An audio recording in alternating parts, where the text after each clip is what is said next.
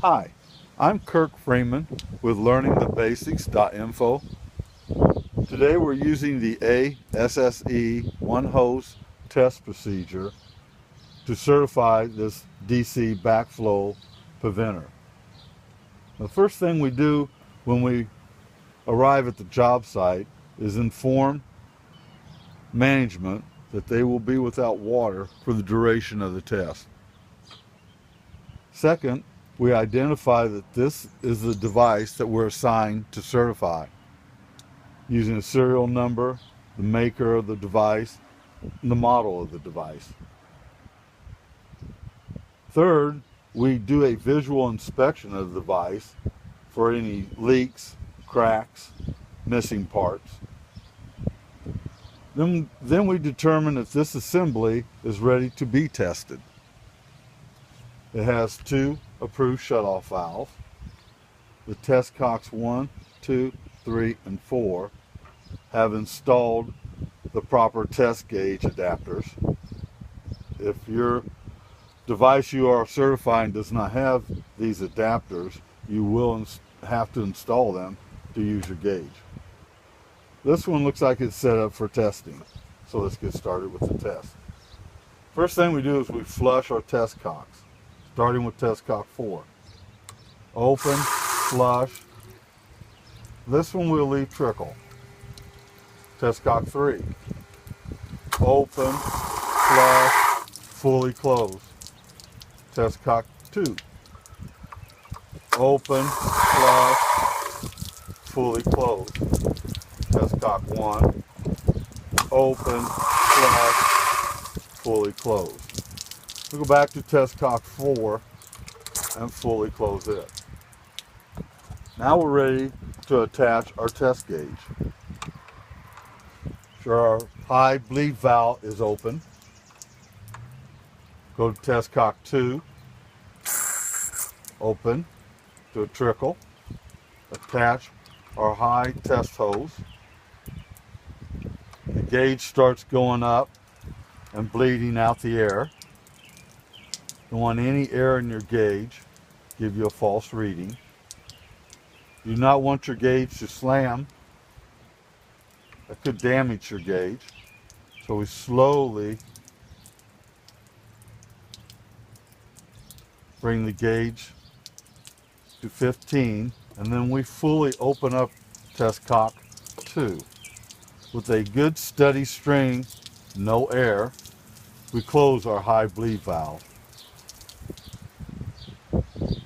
Now we're ready to test the device. We have to isolate the device first. Go to test cock 3. We will slowly open test cock 3. When the water stops flowing, we read our gauge.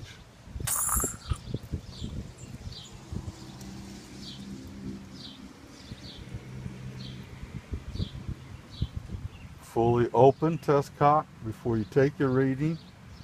It's at 3.8, higher than 1, check valve 1 passes. To return the device back to a static condition, we close test cock 3. We close test cock 2. Release the pressure in our gauge. Slowly pressurize the system and remove your high test hose. Test check valve 2. We go to test cock 3. Trickle it. Attach our high test hose. The gauge starts going up, bleeding out the air. Once again, air in the gauge will give you a false reading. We do not. We slowly increase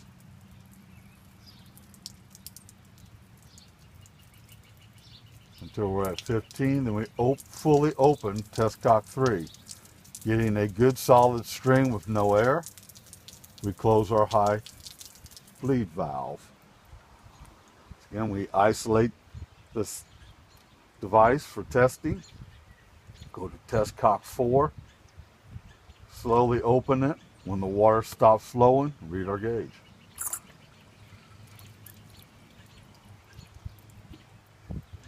Fully open. It offs 3.8, higher than 1. Check valve 2 passes. Return the device back to static. We close test cock 4, close test cock 3, relieve the pressure in our gauge. Slowly pressurize the device.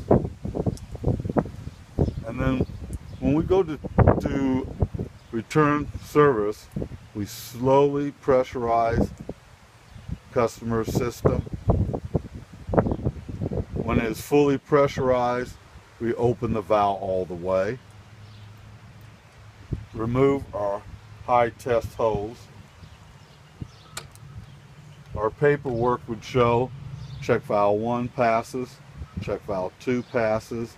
I would certify this DC backflow preventer in operational and put it back in service.